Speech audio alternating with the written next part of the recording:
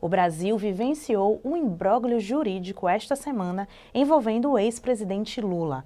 O programa Fato e Opinião desta semana vai discutir este assunto com o advogado Marcelo Aires. Está no ar o programa Fato e Opinião.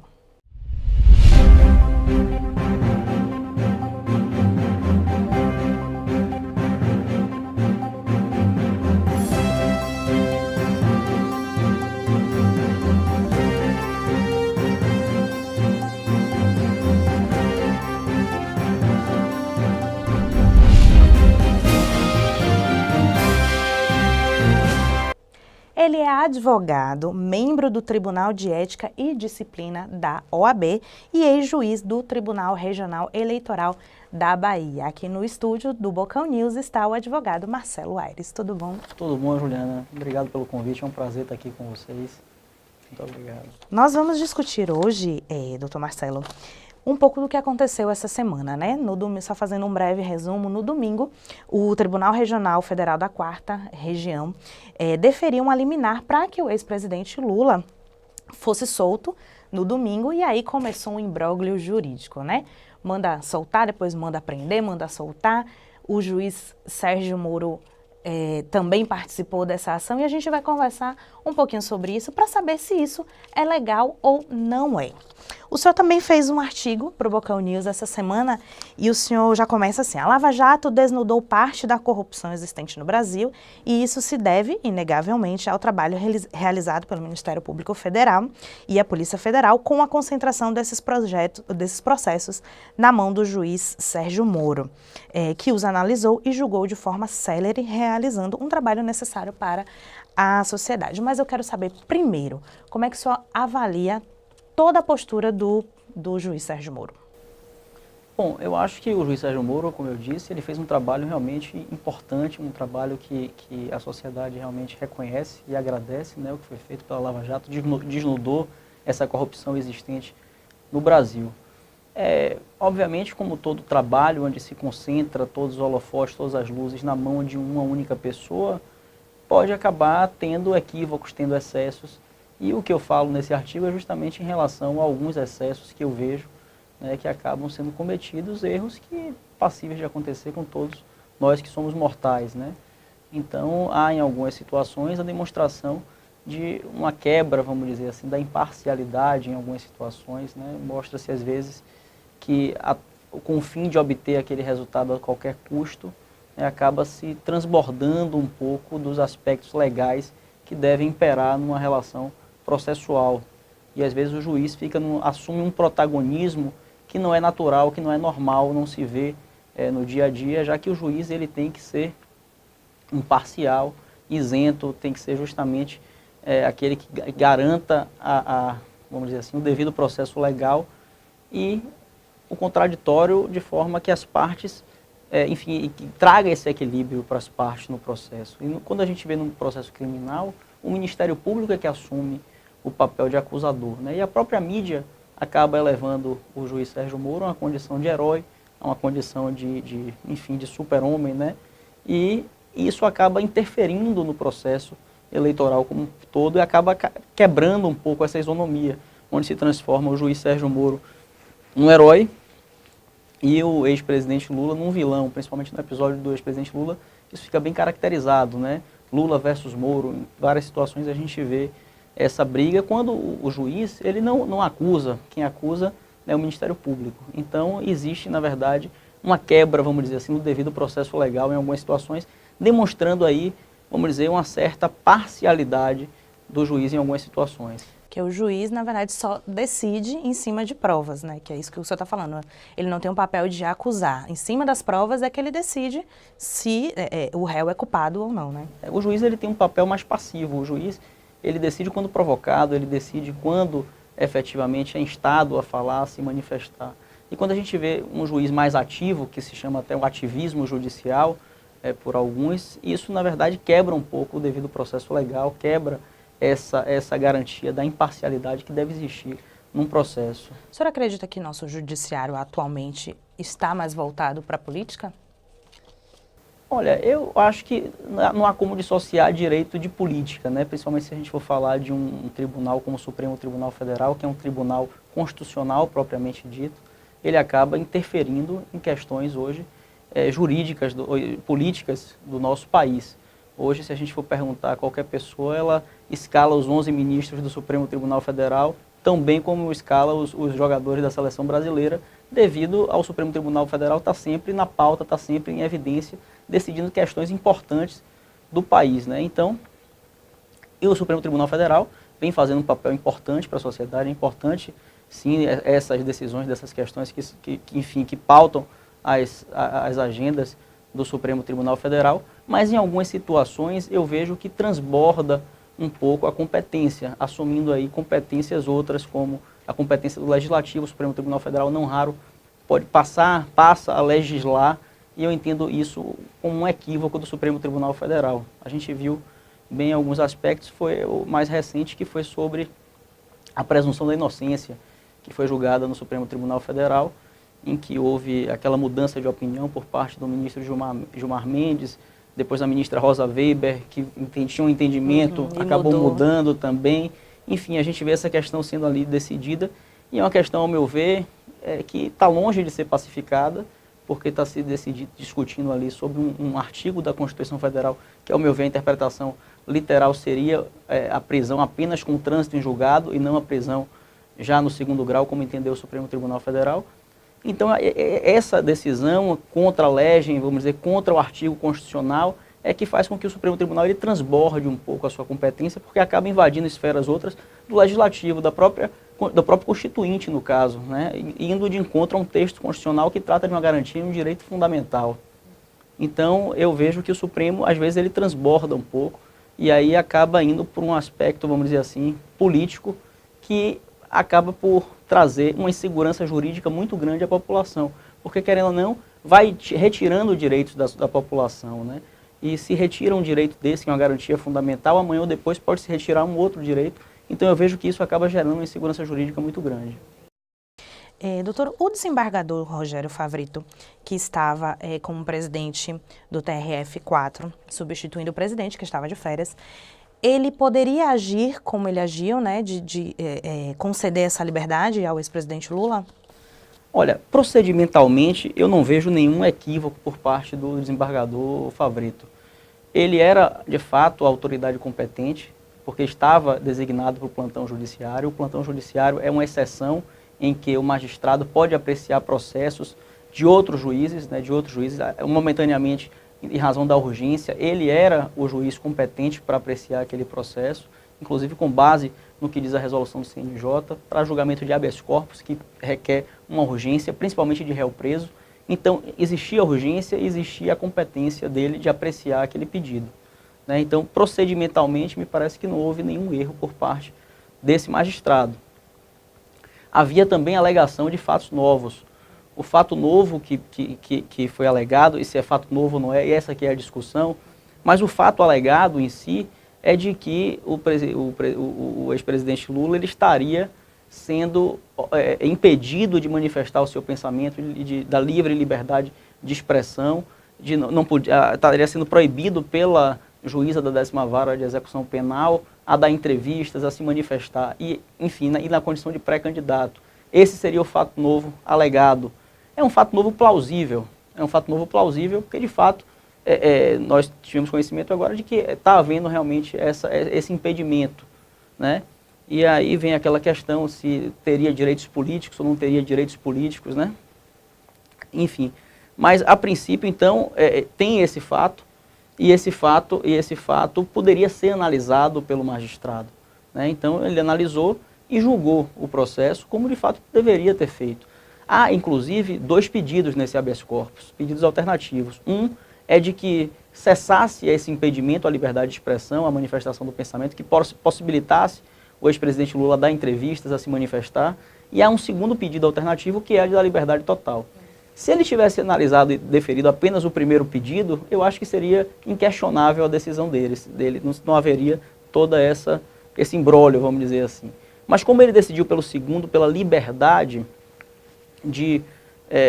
por uma pessoa que já houve, vamos dizer, outros habeas corpus apreciado pelo Supremo Tribunal Federal, apreciado pelo STJ, pela própria turma do TRF4, e aí esse fato novo, vamos dizer assim, acho que não seria forte o suficiente para justificar essa soltura. Acho que houve aí, vamos dizer assim, talvez, um erro em judicando, é o chamado erro de julgamento do magistrado, né? Ele não julgou com o melhor direito, vamos dizer, mas não houve erro de procedimento a ensejar qualquer tipo de alegação de prevaricação. Eu acho que isso está muito longe, né? Eu acho que foi um erro de julgamento. Erros de julgamento não são puníveis, erro de julgamento a gente vê toda hora nos tribunais. Para cada decisão que é reformada, se pressupõe que aquela decisão anterior foi errada, ainda que a decisão nova é que esteja errada, né? Mas se pressupõe que a decisão reformada, houve ali um erro de julgamento. Então, o erro em judicando, ele não é punível. Erro em judicando, ele se reforma. Né? A outra pergunta é se poderia o juiz Sérgio Moro também interferir nessa decisão e aí vir também uma outra decisão do presidente do TRF4 em cima dessa decisão de Favreto. Eu entendo que não. Eu entendo que o juiz Sérgio Moro ele não tinha competência, estava até de férias pelo que Exato, a mídia... os dois, né, inclusive. Os dois, pois é. Pelo que a mídia relatou. E o juiz Sérgio Moro, ele encerrou a competência dele, ele encerrou a jurisdição quando ele sentenciou o processo. Sentença dada, sentença prolatada, jurisdição encerrada. Isso é básico, todo estudante de direito sabe. E ele não tinha competência para entrar no processo, para interferir no processo, porque ele não era a autoridade coatora, não foi contra ele que foi impetrado aquele habeas corpus, e sim a 12ª Vara de Execuções Penais. O fato de ele ter sido citado na decisão não ensejaria, não daria essa condição dele interferir no processo. Esse é um tipo de ativismo judicial que eu me referi no início. Eu acho que ele acabou interferindo, vamos dizer, indevidamente. Imagine agora que se cada decisão que o tribunal der, um desembargador der, um juiz venha a comentar ou dizer se cumpre ou não cumpre essa decisão. Isso quebraria a hierarquia que existe, enfim, nos tribunais. Então, acho que ele, vamos dizer assim, se equivocou. Né? Eu acho que ele, procedimentalmente, se equivocou. Houve um erro improcedendo. Enquanto que, em relação ao Favreto, eu acredito que procedimentalmente ele foi perfeito. Houve um erro em judicando. Em relação ao juiz Moro, eu acho que ele errou em termos procedimentais. Né? Da mesma forma, também, o desembargador Gebran, que era relator do processo, ele também se manifestou, avocou aquele processo para ele no plantão judiciário. No plantão judiciário, a competência era exclusiva do Favreto, não seria do Gebran. A competência poderia vir a ser dele no dia seguinte, na segunda-feira, quando o processo seria distribuído para o juiz natural, para o juiz prevento, que no caso seria ele. Mas ele não poderia avocar aquele processo estando na competência do juiz Favreto. E errou também, ao meu ver, data máxima vênia, o presidente do TRF4, quando julgou um conflito de competência que não existia ali naquele momento, já que aquele conflito foi criado, foi um artifício que se utilizou. Né? Falando em termos futebolísticos, já que a gente está na Copa, seria o mesmo que dizer que o Favreto fez um gol contra. Ele fez um gol contra o melhor direito, o melhor entendimento jurídico ao julgar de forma equivocada, vamos dizer assim. Mas, procedimentalmente, esse gol contra ele é válido, ele é legal, ele é exigível. É um gol que não é punível de forma nenhuma. Não se tem notícia de nenhum juiz que tenha sido punido por ter dado uma decisão equivocada. Né? Uma decisão que, enfim, que cometa um erro de julgamento. Isso acontece para cada decisão que é reformada. Né? No caso dos outros três, né, o juiz Sérgio Moro, o Gebran e o presidente Thompson, eu entendo que houve aí como se fosse um gol de mão, vamos dizer assim. Eles fizeram um gol de mão. Eles não tinham condições de decidir naquele momento, porque era contra o regulamento, mas eles forçaram e decidiram daquela forma no processo. Ou seja, eles pegaram o processo sem ter, vamos dizer assim, sem poder, pelo regulamento, pelas normas de processuais, eles não poderiam ter o processo em mãos naquele momento, não poderiam se manifestar no processo naquele momento. Enfim, então, em termos de gol de mão, é um gol que não é válido, né? É um gol que é nulo, vamos dizer, aquela decisão é nula e punível com cartão. Então, seria mais ou menos essa analogia que eu faço, é meu entendimento. Né? Acho que procedimentalmente eles erraram, mas com o fim de buscar, vamos dizer, eles se utilizaram de subterfúgio para buscar aquele fim que eles entendiam que era um fim maior, que era impedir aquela decisão equivocada, vamos dizer, da soltura do desembargador. Agora, Marcelo, o nosso Código Penal, ele abre espaço para diversas interpretações, né? Como o senhor está falando. E muita gente fala, cabeça de juiz, de juiz ninguém sabe o que sai, né? Justamente por isso, porque o nosso código, ele possibilita diversas interpretações dos juízes. Mas quem perde com isso é a sociedade, porque foi nitidamente um processo de que pessoas que são totalmente contra a candidatura do ex-presidente Lula, utilizando dessas interpretações, diversas interpretações do Código Penal, para fazer esse impedimento, né? Então, como é que fica a sociedade diante da Constituição, né, do Código Penal? Eu queria que você explicasse um pouco mais para a gente sobre isso. O direito é muito amplo, né, muito abrangente. O direito também é entendimento, ele enseja diversas interpretações, né? Então, acaba tendo interpretações das mais variadas possíveis, obviamente dentro de um fundamento. Que eu digo, a decisão do desembargador Favretto, ela foi uma decisão equivocada ao meu sentir, mas tem pessoas que acreditam que aquela decisão foi correta. Ele deu uma decisão fundamentada. O que o juiz não pode é deixar de fundamentar a sua decisão. Estando a decisão fundamentada dentro de uma norma plausível, certo, mas independente das interpretações e desejos políticos de cada um. Exatamente. Então, estando aquela decisão certa ou errada, vai depender muito da ótica de cada um, né? E cada um carrega dentro de si, vamos dizer assim, preconceitos, ou seja, de vida, né? Que entendem que aquilo ali é válido, outros entendem que não. Quando a gente presencia um órgão colegiado, onde a gente tem juízes, né, julgando ali, você vê decisões das mais diversas possíveis e dadas por magistrados com fundamento todas, e você olha e você fica até na dúvida, muitas vezes, de qual é que você vai seguir. A gente vê isso todos os dias, inclusive no Supremo Tribunal Federal, né, aquela briga que sempre tem lá de entendimentos, de jurisprudência, mas todas bem fundamentadas. Então o direito, ele propicia realmente essa diversidade, essa discussão, e agora, obviamente, com fundamentos, né? O que não se pode ter é uma decisão desfundamentada. E essa do Rogério Favretto não foi de forma nenhuma, ainda que não tenha sido fundamentada, vamos dizer, no melhor direito, ao meu ver. Eu entendo que o fato da constrição, da impossibilidade do ex-presidente Lula fazer entrevistas, manifestar seu pensamento, a sua liberdade de expressão, ela não autorizaria por si só a sua liberdade plena. Acho que autorizaria sim essa manifestação, essa possibilidade, mas não a liberdade plena naquele momento, já que o processo já havia sido apreciado também por outros órgãos, e eu entendo que esse fundamento, vamos dizer, esse fundamento novo, que de fato existiu, não é a pré-campanha, mas o fundamento da constrição por parte da 12ª Vara Federal, de impedir ele de realizar esses atos, né? Ele sim na condição de pré-candidato.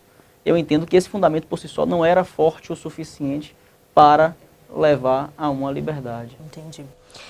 Doutor Marcelo, a ministra do STJ também deu a sua opinião sobre essa pré-candidatura do ex-presidente Lula e tal. Ela acha totalmente equivocada, que ele não é pré-candidato, ele não pode ser candidato à presidência da República. No seu entendimento, o ex-presidente pode ou não pode? E pode fazer essa pré-campanha? Olha, pode sim. O pré-candidato, toda pessoa que queira ser pré-candidato, ela pode ser pré-candidato. Mesmo, né? Estando recluso. Com seus direitos políticos ativos, ela pode ser pré-candidato.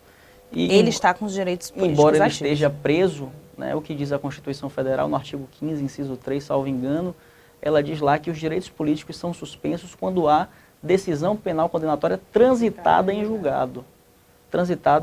Então, os direitos políticos deles estão ativos até haja alguma decisão judicial contrária. Então, ele pode ser pré-candidato, pode, inclusive, pedir o seu registro de candidatura no Tribunal Superior Eleitoral. Porém, a jurisprudência do Tribunal Superior Eleitoral caminha no sentido de que, com base na lei da ficha limpa, de que, havendo decisão condenatória em segunda instância, esse registro ele vai ser indeferido. Então, essa já é uma jurisprudência sedimentada pelo Tribunal Superior Eleitoral. Então, provavelmente, se ele vier a pedir esse registro de candidatura, esse registro de candidatura vai ser julgado pelo Tribunal Superior Eleitoral e provavelmente o resultado vai ser de indeferimento em função de já haver uma condenação em segunda instância. Mas isso tem que ser declarado. Essa perda dos direitos políticos, ela não é automática. Então, ele tem os direitos políticos dele assegurados, porém, ao ser candidato, e isso Carlos Aires Brito falava bem, dizer que candidato significa aquela pessoa cândida, pura, então não pode haver nenhuma condenação contra ela. A palavra candidato já vem disso daí. Então, ele, ao ser candidato, o Tribunal Superior Eleitoral tem esse entendimento. Porém, isso pode ser questionado no Supremo Tribunal Federal, a inconstitucionalidade da norma face a esse artigo 15, inciso 3º, que diz que os direitos políticos permanecem inalterados, intocáveis, até haver o trânsito em julgado da decisão condenatória. Existe um conflito das normas aí. A Constituição Federal fala uma coisa e a lei da ficha limpa impede esses direitos políticos, vamos dizer assim, quando ela indefere esse registro de candidatura de quem foi condenado em segunda instância, e o Supremo provavelmente vai se debruçar sobre esse tema. Depois do registro da candidatura. Depois do registro da candidatura, se ele persistir. Inclusive, é muito natural, é muito normal acontecer de candidatos pedirem esse registro de candidatura e concorrerem sub júdice.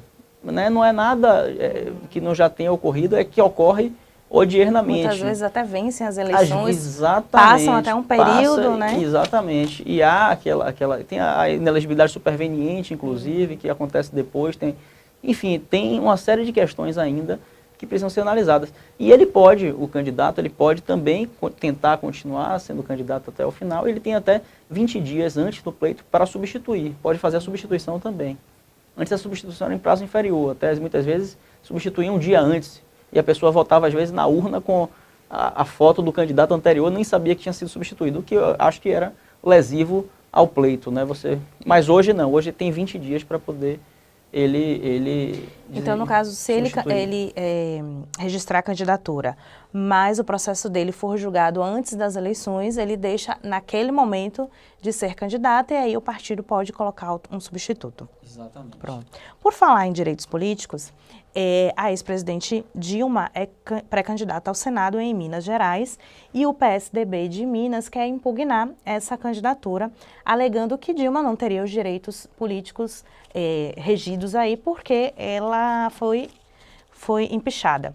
E isso, só que a Câmara Federal, ao votar, né, o impeachment, tirou essa parte, né? Então, assim, ela vai ser retirada da presidência, mas vai manter os direitos políticos dela. E eu quero saber do senhor se é válida válido esse pedido do PSDB de Minas. A Constituição Federal, ela diz que quando há um impeachment, aquela pessoa que foi impeachmentada, ela tem sim a perda desses direitos políticos. Porém, lá no Congresso foi feito esse arranjo, vamos dizer assim, da decisão final, inclusive, com o ministro Ricardo Lewandowski lá, presidindo aquele julgamento, e o Senado também decidiu, de uma forma geral, em manter esses direitos políticos.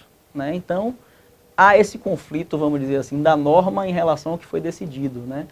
Eu acredito que o que vale aí é o que foi efetivamente decidido, porque a gente vê, inúmeras vezes, decisões que muitas vezes são interpretadas não de acordo com a norma, e elas são válidas. Então, a decisão, eu acho que tem mais força do que, vamos dizer, a norma naquele momento. É uma questão bem controversa, mas eu entendo que o que foi decidido, ele tem um peso maior na hora da avaliação. Agora, provavelmente, o Supremo Tribunal Federal, o TSE, vai ter que se manifestar sobre esse tema, também no pedido de registro de candidatura, vai haver impugnação nesse sentido, e isso vai ter que ser julgado pelo Tribunal Superior Eleitoral e pelo Supremo Tribunal Federal, provavelmente.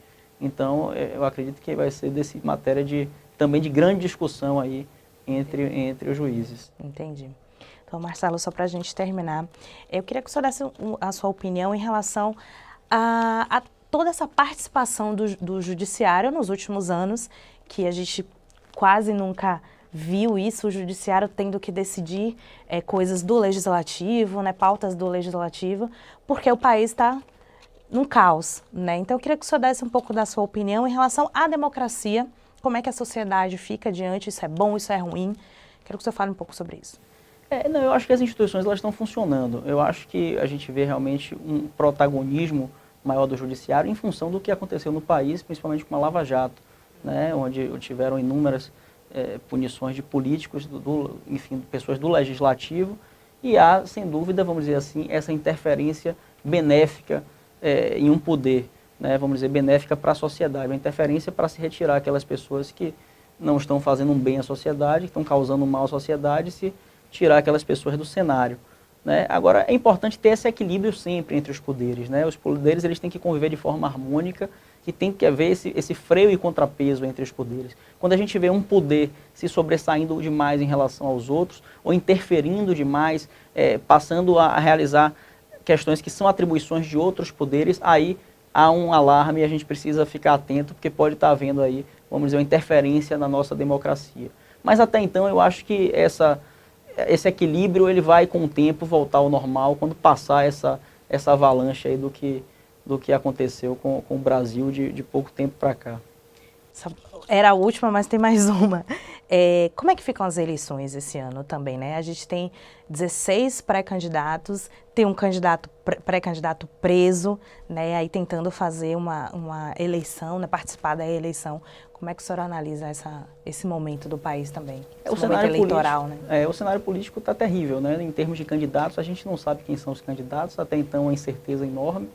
Eu até estava vendo uma reportagem hoje em relação a essa escolha de candidatos que é feita, que os partidos estão atrasando cada vez mais essas convenções, justamente porque não sabem exatamente quem são os candidatos, principalmente no nosso cenário nacional, em termos de presidente da República, né?